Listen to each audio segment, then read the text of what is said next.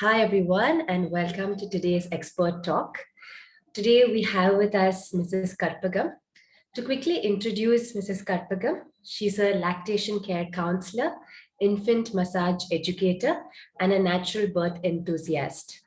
She's currently working as an educator and counselor at Sanctum Natural Birth Center, and she's also a mother of two young boys with a breastfeeding experience of nearly 4.5 years. Having her own challenges with breastfeeding, she found her passion towards helping other mothers in achieving the goal of breastfeeding. She believes in supporting the mother and the baby in a holistic way. And thank you so much for joining us today, Karpagam. And I also know it's a breastfeeding week, and we're very, very delighted to have you here to talk about extended breastfeeding, in particular in today's session. So I think we all know as educators that, the basic criteria around breastfeeding, that children need to be breastfed until 6 months and so on. But what is extended breastfeeding, and why as you as a lactation consultant, why do you think it's important? First of all, thank you so much for inviting me here to talk about, much needed topic today because we are in this fast-paced world wherein we try to follow the rules, wherein 1 year, go by numbers, 1 year, 6 months, all those things. And when we talk about extended breastfeeding, this is something physiological, right? So something that people have been doing for a long period of time, and something happened in the past 40, 50 years that has changed a lot of things in the current generation. So we need to talk about it. Correct. So as a lactation counselor and also as a mother who is continuing to breastfeed beyond the stipulated time that was given, extended breastfeeding is normal, physiological, and something that a mother should decide, wherein the mother or the baby should decide on when to where to continue and when to stop, all those things. And as a lactation counselor, we understand that the latch, the breastfeeding, all those milk supply, and beyond that, we also have to understand that this is a mechanical process, mechanical action. There is a lot of action that is going on while breastfeeding. So there is a lot of information today about breast milk feeding, breast milk, the importance of breast milk, the nutrition that the baby is getting through breast milk. That is because of a lot of information available on the internet, and there is a lot of researches about it, particularly because why there is a research, basically it's because formula companies need it. That is why there is a lot of researches on breast milk and the composition and the nutrients that are there. Otherwise, they don't have any need to, do a lot of research on it. So now there is a lot of awareness regarding breast milk. So people are with the focus of, breast milk. At least we will have to provide breast milk for our babies, even through bottles, all those things are there. But breastfeeding as an action has a lot of benefits, even beyond a year. So we know the nutritional benefits of breast milk even after a year. But we also have to understand beyond that period, breastfeeding as a mechanical action is very important for the baby's jaw development and things like that. So absolutely. I think that distinction between breastfeeding and breast milk given to the child, both the difference. Yeah, that is completely different. So today morning also we had a question regarding why not, breast milk feeding through bottles. Of course, we have mothers, who are returning back to work and they need to have options. All those things are there. But if you are a mom who likes to continue to breastfeed beyond 1 year, take necessary support system, know what to do and things like that to continue to do the extended breastfeeding if you're willing to do. So we know that breastfeeding has can reduce the chances of obesity, type 2 diabetes, asthma later in life. So the long term benefits are there. So it's not only breast milk feeding, it's the action of breastfeeding in itself, which reduces your chances of, having that. So a baby cannot be overfed through breastfeeding. So they know when to stop. So they understand their body and they know the hunger cues and they stop when they are full. It's not the same case with bottle feeding. Even if it is formula or breast milk for that matter, there is a chance of overfeeding also. Even with responsive feeding, there is a chance of overfeeding, right? So that can cause type 2 diabetes, and the action of the jaw development in itself will help the baby to breathe better. When they breathe better, they have the reduced chances of all these asthma, allergies, and things like that. Okay, so you're saying that the baby sucking can help in a jaw development and in turn the breathing. Okay. Yeah. Okay. So the jaw development is in utero, happens in utero during breastfeeding, and also solids. So it's all combined. It's not the only thing. Breastfeeding is one component of the multiple things that helps in the jaw development. Right. And which is where, we talk about baby-led weaning, making sure the baby and, learns the chewing skills. All those things are necessary for the jaw development. But while breastfeeding, the tongue moves and it strengthens the tongue. Thereby, that tongue stays upon the palate, which doesn't happen in the bottle feeding. Tongue is pushed down, the tongue stays always on the lower jaw. Right. And what happens? This jaw becomes narrow. Okay. Only through breastfeeding and the constant pressure that is applied by the tongue, because it's moving a lot, it is strengthening. So this has a suction power, which helps the jaw to develop in a wide and broad and U shape. Okay. So if you look back into the skulls of ancient, there are people, in museums, when they have done a lot of researches, the skulls, they found that they didn't have any issues with, spaces. They had a good jaw development. Yeah. More and more because of a lot of industrialization, people are moving, we are having very narrow jaws. By promoting extended breastfeeding, at least we are reducing that incidence of, narrower jaws. So avoiding, it's not only about the aesthetics, or dental issues. More than that, it helps to breathe. That the jaw, wider the jaw, it helps you to better breathe. I think it's very nice and interesting information that, because like you said, we only know that breast milk has nutrition, but the whole fact that physiologically it enables in jaw development. And you rightly pointed out that, as the days are going in, as the coming generation, our jaws are getting narrower with the kind of food that we are eating, the lifestyle that we are leading. And like, I think one of the main factors that pretty common is wisdom tooth. Nowadays everybody takes it out because there's no space. And every dentist would agree that, it's the kind of lifestyle that we lead today that's leading to narrower jaws. And the fact that broader jaws help in respiration is a really interesting fact, because I don't think many of us do know about that. If you can just throw a little bit of light on how, of course, breastfeeding is one of the things that enables it, but why do you say that, wider jaws help in better respiration? That's one point that I would like to know. And also, what else does, extended breastfeeding offer for the mother and the baby? Yeah. Okay. So wider jaws leading to better breathing. So we have to understand that our jaws, the upper jaw, the roof of the mouth, is the floor of the nose. Okay. Yes. So when this is wider and broad and, forward, if you think back, people in very old movies, if you notice, they have a beautiful jaws. That period, that kind of people have a good jaw development. Now we don't find many people having a good jaw. So this jaw, when the roof of the mouth is wider and U-shaped, the broader the nasal bridges are, broader your capacity to breathe better. Which is where this comes in. And if you think like, when you pinch your nose, you will automatically start breathing through the mouth. Yes. So that is your body's way of compensating. So, which is where, we as human beings, or even for babies are nasal breathers mostly.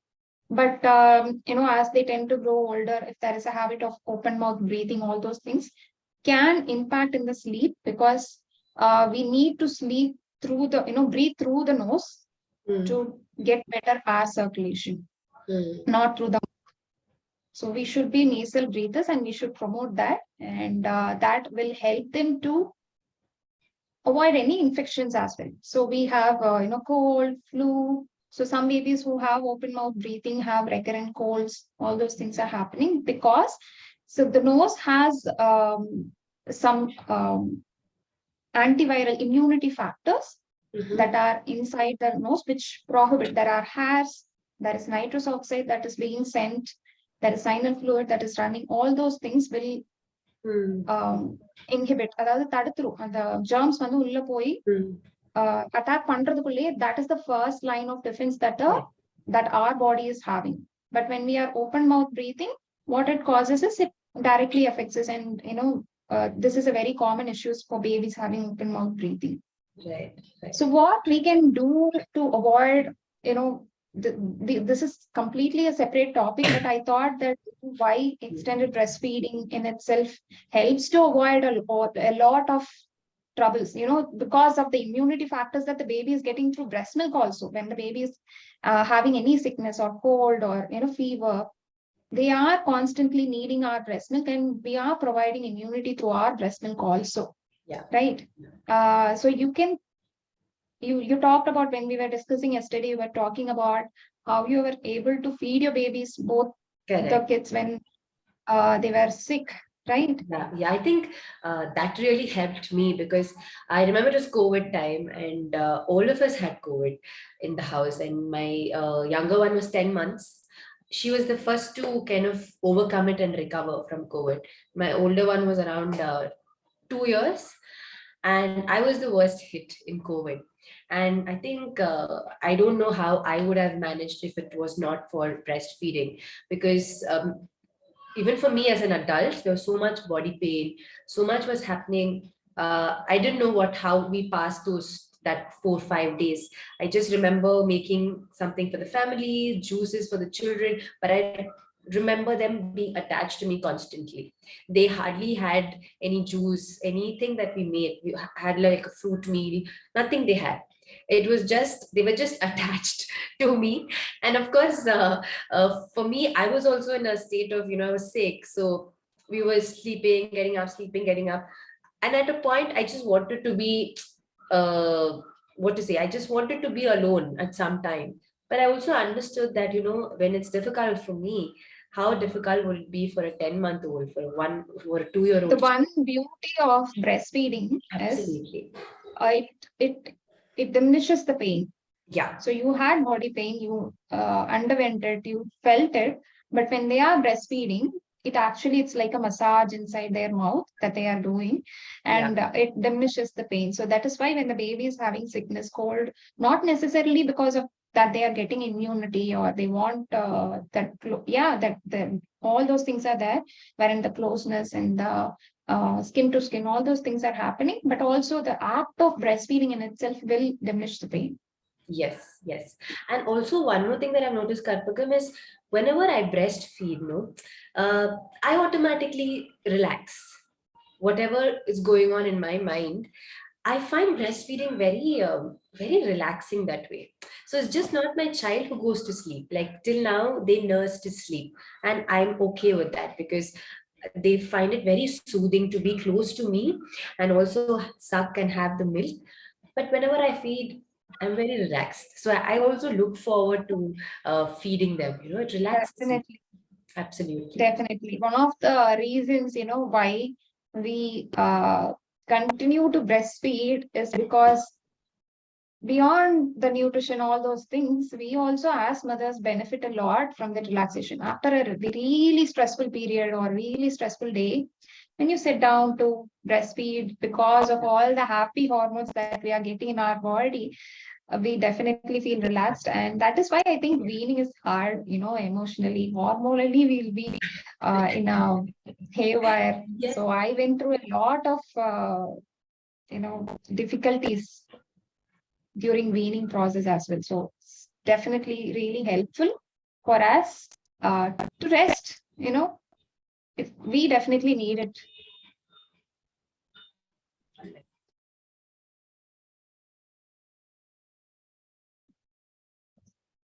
Nandita?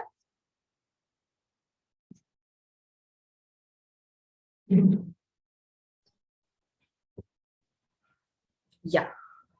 Yeah. You were saying that the weaning process can be a little emotional.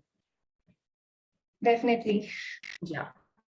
So I can feel a And lot in of fact, sadness, grief. You will be angry. You don't know why you're angry, because all that oxytocin that you are getting is not there anymore. And yeah, you can feel a lot of emotions coming up during the weaning process as well.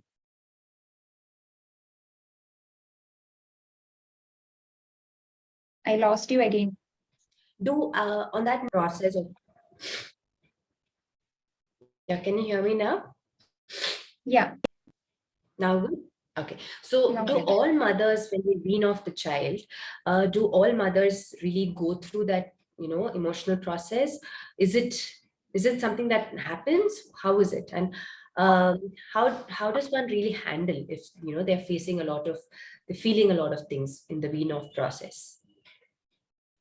First thing is understanding that this is normal, that we are feeling Mm, this sadness, this grief. This is a relationship. First, we have to understand that this is a relationship, even while, when the 6 months breastfeeding is over and now the baby is starting solids, there is a mixed emotions. Yes, yeah. they are starting solids, but, there is a feeling that, they will not be that attached anymore. And of Mm, course, when we are weaning fully, I think the family support is also important. They also have to understand that we are going through big feelings. yes. So that will help.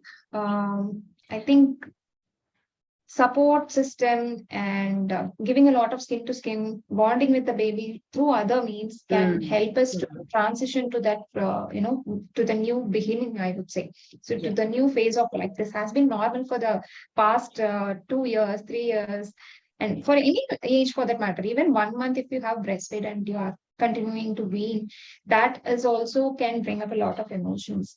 Taking Absolutely. help if needed, like if you had a hard breastfeeding journey and you are in the process of weaning, that time, if you are in a state wherein all the support system is not enough, then it is Mm, better to get help from mm, your postpartum mental health counselor. So mm, that I mm, would mm. advise. So, taking on that topic, I think I recently heard about a story, and what I really took out of that is how we put a lot of pressure on women, saying, once you become the mother, it's almost like you don't have a role for yourself, and nobody really says, she has emotions, she has feelings, but she's only seen as the primary has to be perfect kind of a caretaker. And if there's even a mild action where she takes care of herself, I actually faced this very recently, so it's something that I'm still processing. So even if that mother took a very mild action to take care of herself, it's almost looked at as something shameful. And I think we've done a lot of work to kind of talk about mental health for maintaining, even during your initial 6 months, extended breastfeeding, further you're weaning off, not weaning off. There's a lot of emotions that go through during and after. But I think a lot more work needs to be done, especially in tier 2, tier 3 cities, where the approach is still very extremely traditional, especially when it comes to the roles of women. I see more open conversations in cities, but when I shift to tier 2, tier 3 cities, when I shift, I mean, I think you will be a better person to give me a little more perspective on that. Am I right when I say the traditional roles mindset is still the same, be it city or be it tier 2? Or because you've dealt with Uh, both, so what is your perspective on how people view mental health for mothers in these two spaces? I have handled a few mothers wherein people are still of the opinion that with breastfeeding issues, because commonly I see mothers with breastfeeding issues that, if the baby is fed, it is fine. The baby is given breast milk through bottle, it is fine. Or I recently had a mother requesting for a consultation, saying that they are not allowing to show the baby through video. Oh, okay. So how can we help in that situation? I don't know. I have asked for a few photos, videos. So that's all we can do. So there is a lot of uh, people forcing their opinion on the mother, which is causing health issues, mental health concerns, is what I see. I always talk about what you want, what is in your mind, what do you want as a mother. Yeah. So that becomes very important, and people do miss out the signs and symptoms of anxiety and depression. Tend to blame on the mother that she's having that issue rather than supporting her, creating a supportive environment. And people tend to talk like, every woman goes through this. Why you only is doing certain things? Like I had a mother who told that, she fears that she's going to lose the child. She's having breastfeeding issues, mental health concerns. And the father was literally blaming that mother for all the things that is happening. Nobody understood that she needed help. But the husband was very supportive. So we had to talk to him, and he was very supportive through that process. Right. I think one person who can be supportive, who can understand the person better, will be able to guide her better. To really educate, right? It's just not about, it's something that I've also realized that, the more sessions we take, it's just not the mother, but it's the support system that really needs to be educated. And one of the shifts is also not looking at the people around them as bad, but really looking at them as uninformed, because once the family is informed, you see that change in approach towards the mother. So I think the distance is just making the support system, be it the husband, be it the family, really make them realize what the mother is going through. On that note, Karpagam, what would you say to mothers who are extended breastfeeding, to mothers who, just talking about mental health and breastfeeding? Does breastfeeding really, what is the impact of breastfeeding on mental health? And as a lactation consultant, what would you say your coping mechanisms for the mother is? Of course, we can bring the family, we can educate them, but what about the mother? How can she help herself? And if you can throw a little bit of light on breastfeeding and mental health. I will talk from the perspective as a mother who went through that, wherein, right around 1.5 to 2 years, the babies undergo a lot of development in that phase, and they are going through growth spurt, teething, all those things are happening, and they tend to feed like a newborn. So that was a phase as a mother who didn't know about the importance of the nutrition. So nutrition, the food, how important it plays a role in the mental health in itself. If we are taking ourselves, taking care of ourselves, you talked about the care, the me time, things like that, but also the food that we eat becomes very, very important when we are doing extended breastfeeding. Breastfeeding, for that matter, for the right from day one, we should have increased protein intake and fat intake. So this also helps, the omega-3 fatty acids also helps in better mental health. Right. Okay, so food, time for ourselves. So delegate at least a few tasks. As you mentioned rightly, people think that we are the primary care provider and we have to do everything without even, saying any word. You're not allowed to feel. Asking for kind of an our need.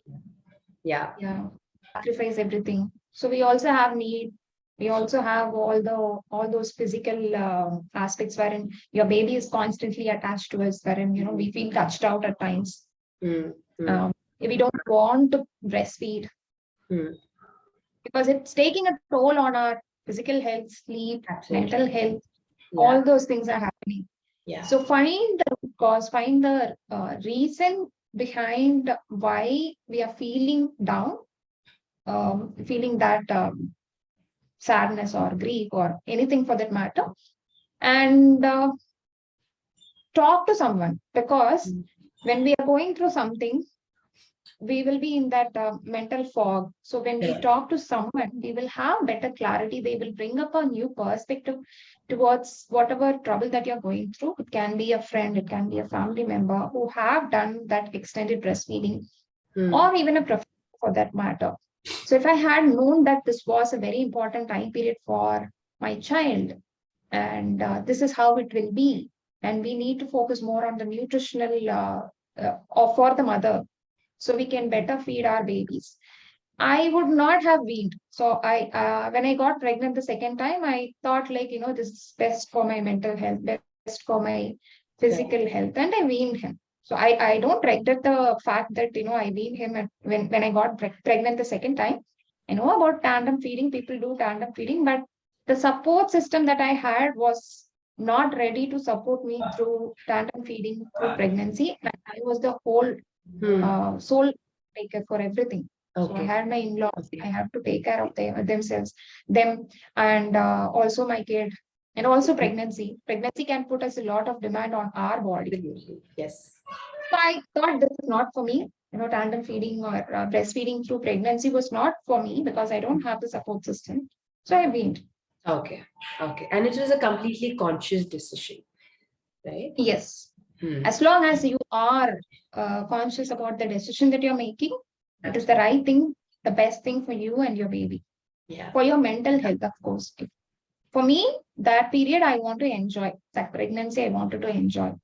And if you're a happy mother, your baby will be a happy baby. Absolutely. Yes. That's my opinion, right? Yeah.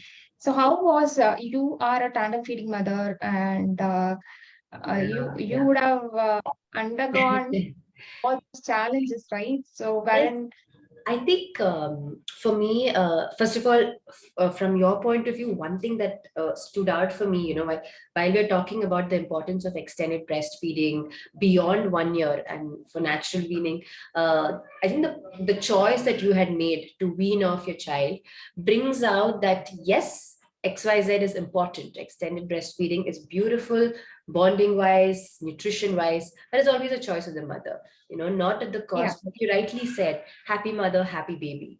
So we want the mother to be happy at the end of the day. And it's a complete choice that mothers, and I think mothers and fathers together make. For me, yes, I'm still a tandem feeding mother. I was feeding my baby through my pregnancy and even after. So I used to have both my babies mostly in football position. I used to have them, or one I used to put in cradle, one used to be in football, and I used to feed both of them. And while feeding, they used to hold hands, used to play with each other. And now that they've grown up, they keep fighting while feeding. So I get a little punch and kick sometimes. But for me, what really got me through is the information. Yes, there were tough times. There are times where I just wanted to be left alone.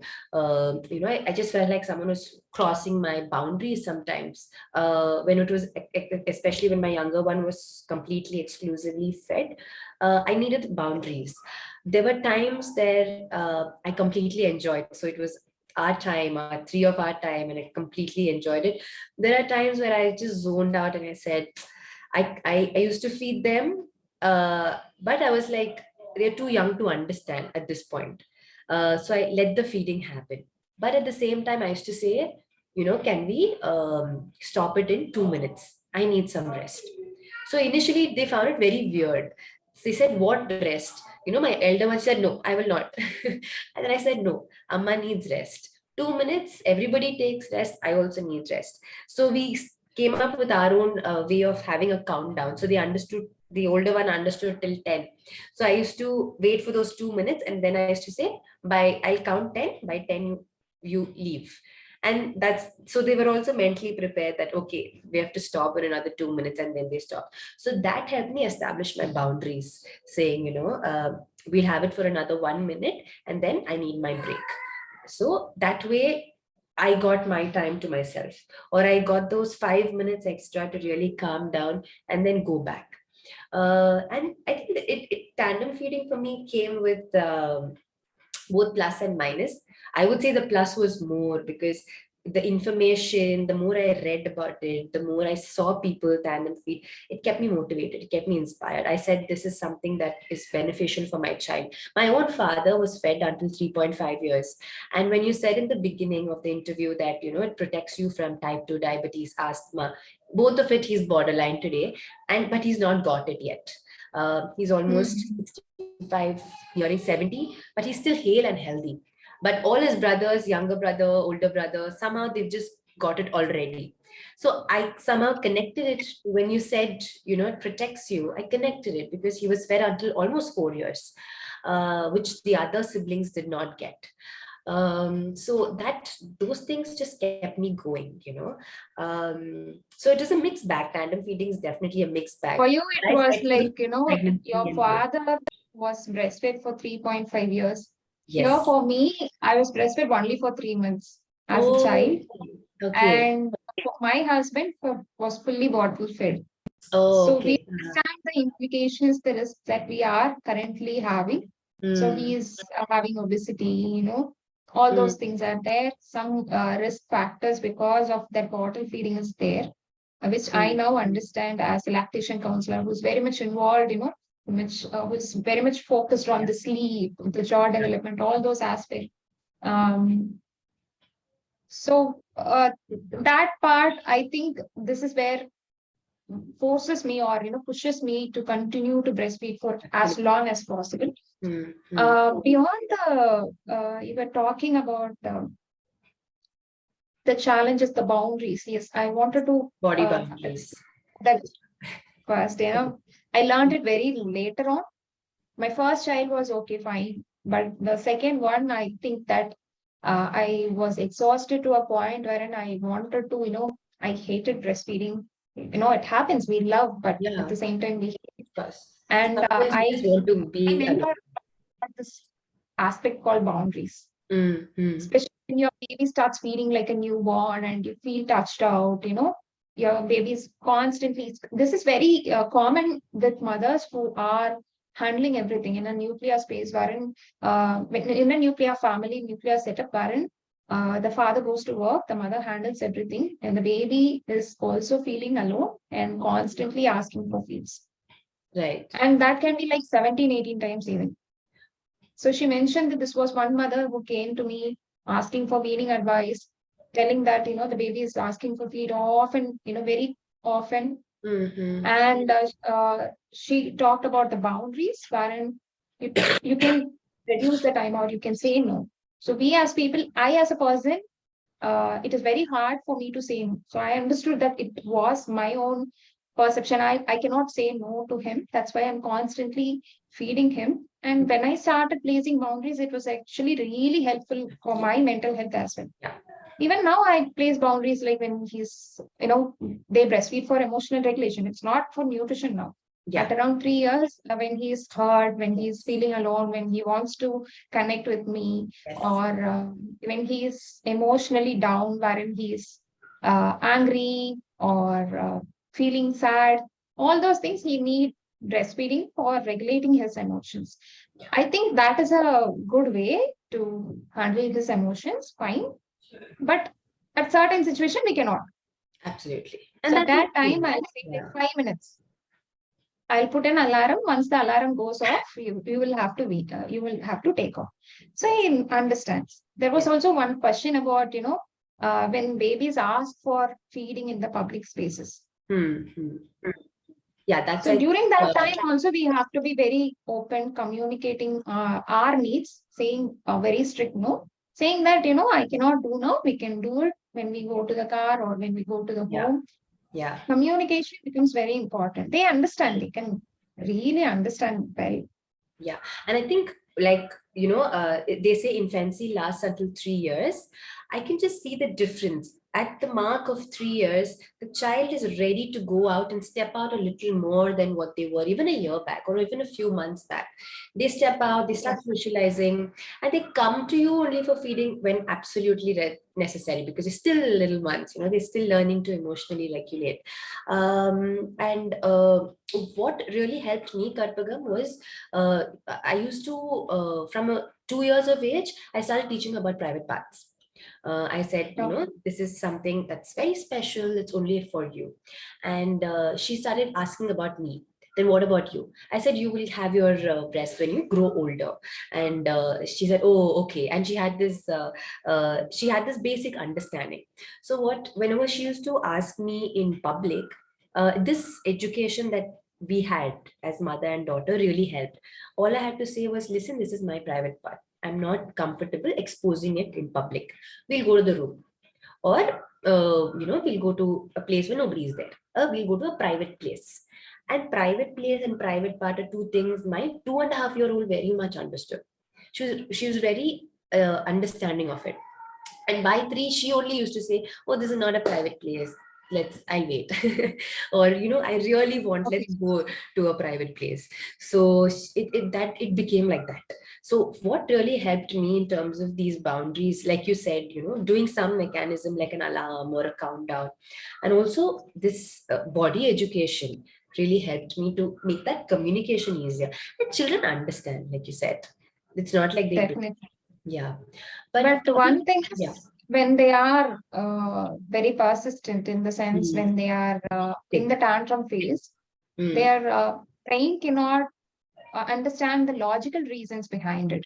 When we are telling them that this is a private space, unless otherwise you have already have made a strong rules or boundaries that you have mentioned to them when they are in the calm state, they will not understand. So during the tantrum phase, they cannot regulate the emotions. So they are in the dysregulated state. And we as parents have to calm ourselves down and, make that connection and then talk about it. If if the baby is putting the tantrum and we go into a state wherein, we become very tense and thinking that the baby is shaming us in the public space, then it can feel awkward for us, and baby cannot understand. So repetition is needed. And also, we also have to understand anything for babies. The change that we need to bring in has to happen very slowly. So on one day one, they will not understand. Absolutely. But with repetition, when we are repeating again and again, they will understand. Absolutely. And one more point that I think these body boundary points are really important, because extended breastfeeding, that's one of the main things that come up. But I think a lot of doctors, in fact, also advise on, say, wean off at 6 months or wean off at 5 months also. And they're strictly advised not to continue beyond 1 year. What do you have to say about that? And I think the reasons that are quoted is that, it will affect the external nutrition, or it will cause tooth decay. Does that really happen? So nutritional value, when we talk about the nutritional value, they say that it is like a water. After 1 year, it has no nutritional value. It's not true. Babies are still getting some the energies and the immunity needs, all those things from the breast milk. Even after a year, it doesn't magically turn into water. And after 1 year or after a certain period of time, the immunity that the baby is getting is larger compared to when they are babies. Right. Immune factor is higher. Two, we are talking about the cavities, right? So the mechanism of breastfeeding, which is where the bottle feeding as a mechanism is different from breastfeeding. Why bottle feeding is not recommended after 6 months or 1 year is because it can pool inside the mouth. The milk that the baby is getting can pool inside the mouth. Right. That can cause cavities. But when it is a breastfeeding, what happens is the nipple goes to the far end of the mouth. Okay. And when the baby is breastfeeding, it is directly into the throat. So there is no pooling of milk happens inside the, which can cause cavities. Okay. So the This is discharge why itself is breast milk beyond feeding the, yeah. cause cavities. Right.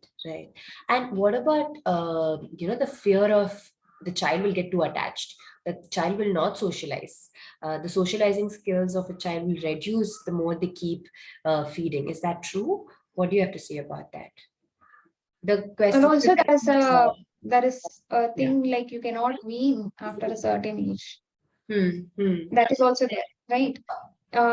So babies are dependent on us. Like they are one of the most immature beings when compared to other mammals in the earth. Yeah. And they need to learn to be, they are independent, they are clingy. Hmm. So according to us, they are clingy, they are dependent if we don't train them early on. Hmm. But dependency will create independence. Now, my Absolutely. breastfeed child was completely clingy with me for the whole of 2.5 years.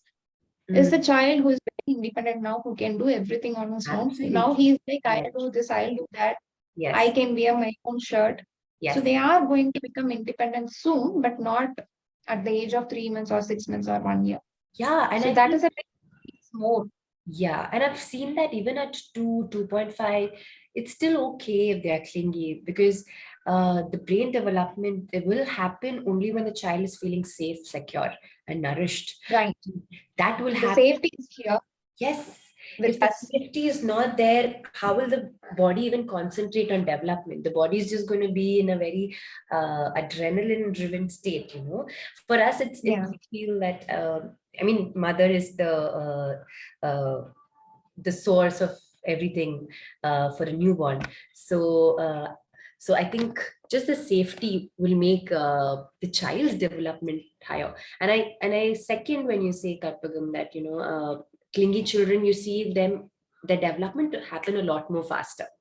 And children just Yeah. go 1 month, 2 months, there's so much of difference that comes. And also, when you think about as adults, the child who is emotionally secure, who is emotionally regulated by the parents, it doesn't have to be breastfeeding, but if you are constantly regulating your emotions with the child, that child can handle emotions better when they are older than a child who was, separated or, Yeah, who was not taught or modeled, not taught, modeled is yeah, the right answer.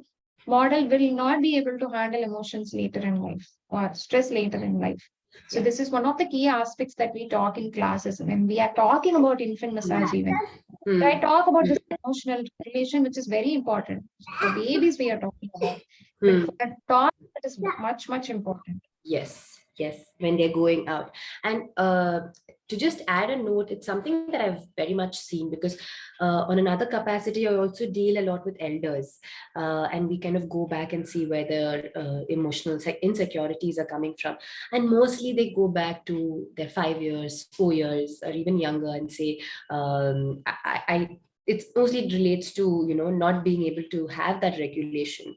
So I think of course, a lot of factors add on, but talking about the benefits of extended breastfeeding or just having your baby clinging to you, which is okay, definitely helps in the overall development of the baby. Absolutely. So Okay. we'll touch upon the topic of sleep because that is very interrelated. Breast sleeping is Right. normal. We both do. I also do Hmm. co-sleeping and breast Hmm. sleeping. We don't know any other modalities wherein we haven't tried, no personal experiences. But Hmm. also we know that there are options wherein you can make the baby sleep on a sleep in a crib separately from Hmm. you.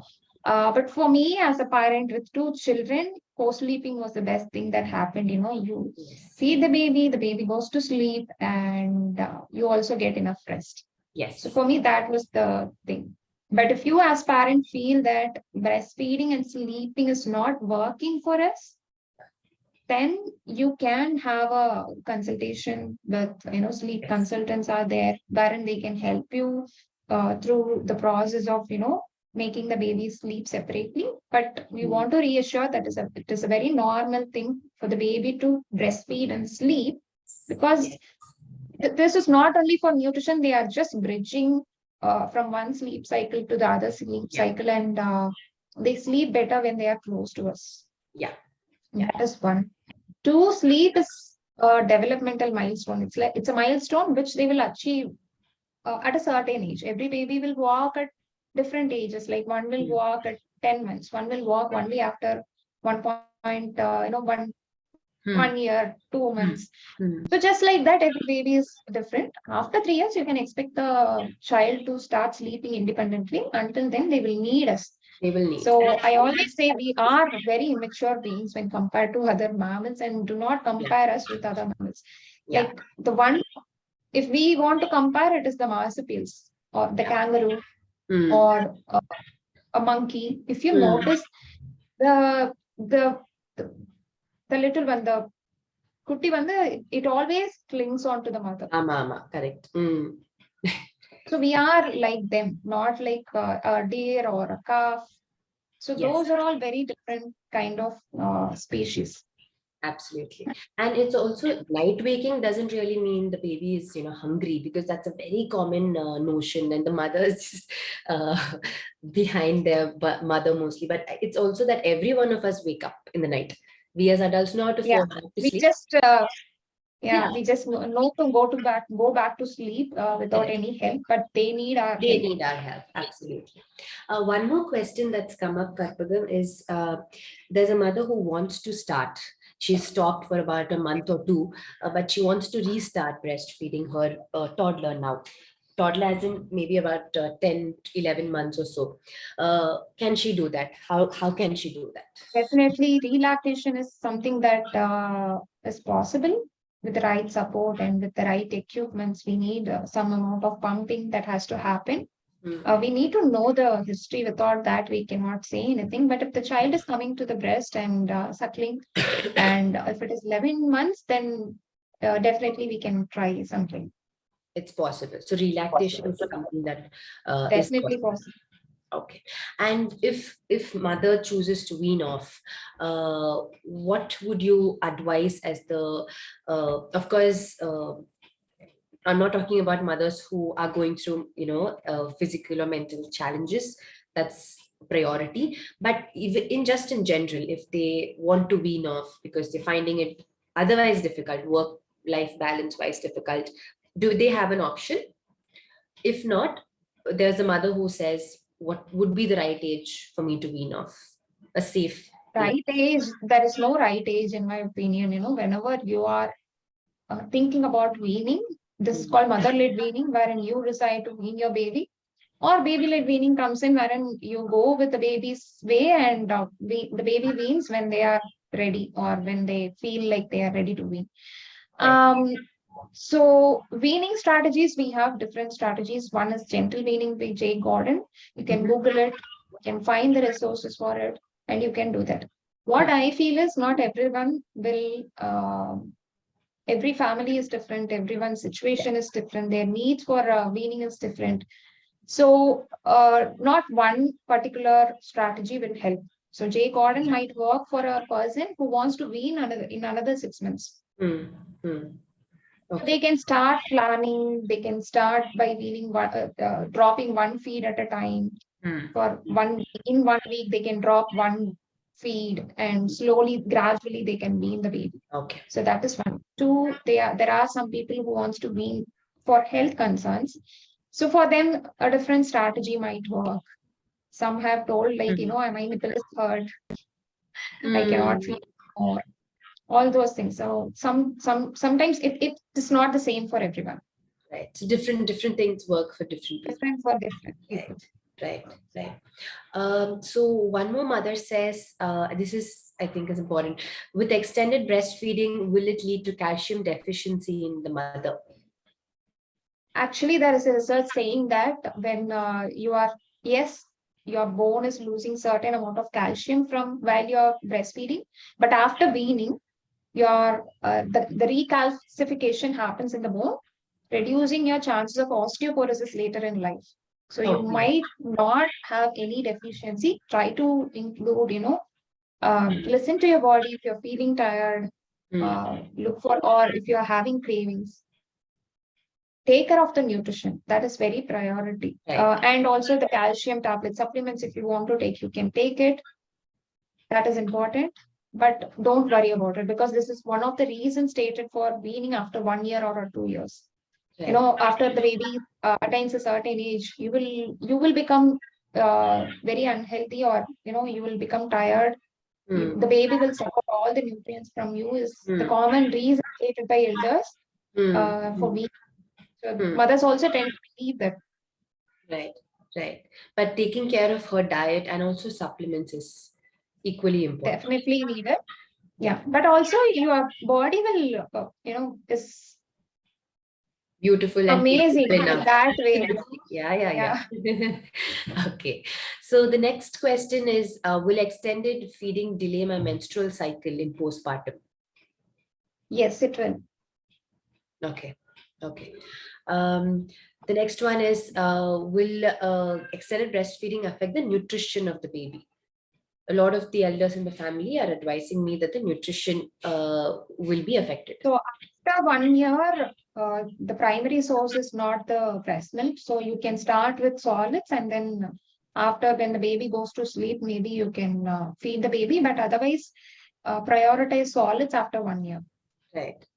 I think next question we answered. Can I breastfeed the baby when I'm pregnant? Yes, you can.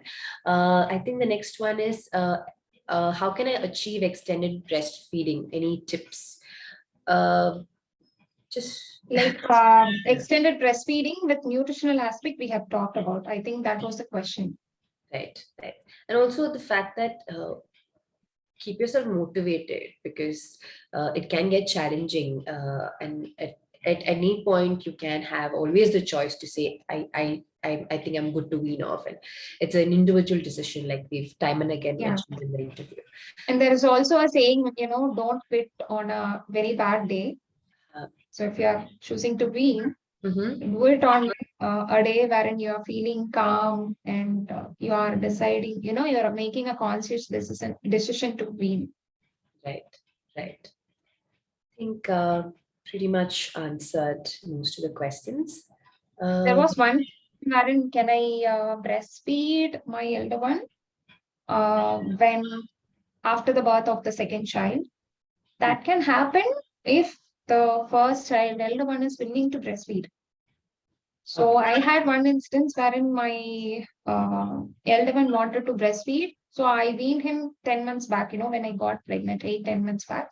Okay. So when I was breastfeeding my younger one, he wanted to feed. Yes, I let him, but he didn't continue to feed. Okay. It was So just the he curiosity. himself, just for curiosity, he breastfed for 30 seconds or 1 minute. That's it. And then he didn't want to feed anymore. Okay. So that can also happen, right? And just Yeah, allowing the that decision curiosity. with the child. If he continues to feed after the baby is born, well and good, happy. If you are as a mother who have the support system to help you through the tandem feeding, or if you are determined to do the tandem feeding for that matter, definitely you can do if your child is ready for it. Right. And what is the natural wean off age, Karpagam? So when you're talking about extended breastfeeding, I feel a lot of mothers also get scared because they don't have a reference point. I think it's come back now. The knowledge of it has come back. So what is the natural wean? When will a child wean off naturally? So the average is 2.5, anywhere around 2.5 to 4 years. But we know that 4 years to 7 years is the time wherein the child themselves naturally wean. Okay. So if a child weans at 10 months or 8 months, we have had babies like that. That is not a natural term weaning. It can be a nursing strike kind of. Okay. This is natural term weaning, wherein they are weaning after the age of 4 or 7 years. Okay. The milk teeth are in place to, help them to feed. After the permanent teeth comes in, they will not be able to feed. Right. Okay. Yeah. All right. Okay. I think covered with that information. And I think what Karpagam had also mentioned is about the milk teeth. I think it's also that that milk teeth falling off is also a very developmental mark that it really denotes that even traditionally we have a custom at 6 years and 7 years, really denoting that the child has completed the first phase of childhood, which is until 6 and 7 years. Even our education system is based around that. So for a child to be clingy or feeding or needing your attention completely by then is a very normal thing, and beautifully touched upon all the extended breastfeeding benefits, right from the jaw development to the emotional development of the child to what is it for the mother and what is it for the child. Beautifully explained to us, Karpagam. Thank you so much. And thank you for giving me the opportunity to also share my story of tandem feeding. In the course of the interview, is there anything that I skipped asking you that you want to tell right now? There was one question regarding biting. When the baby is getting the teeth and they are biting, remember when they are breastfeeding, the tongue comes out and they cups the breast and they will breastfeed. So if the baby is biting, remember that they are not, or they are getting very low to less milk when they are biting. When they get the teeth, even when they get the teeth, the tongue comes as a cushion. So if the baby is biting, definitely enlarge the baby, communicate to the baby that, Amma is having pain and I cannot breastfeed if you are biting. So it will need repetitions. At some ages, the baby will do it playfully.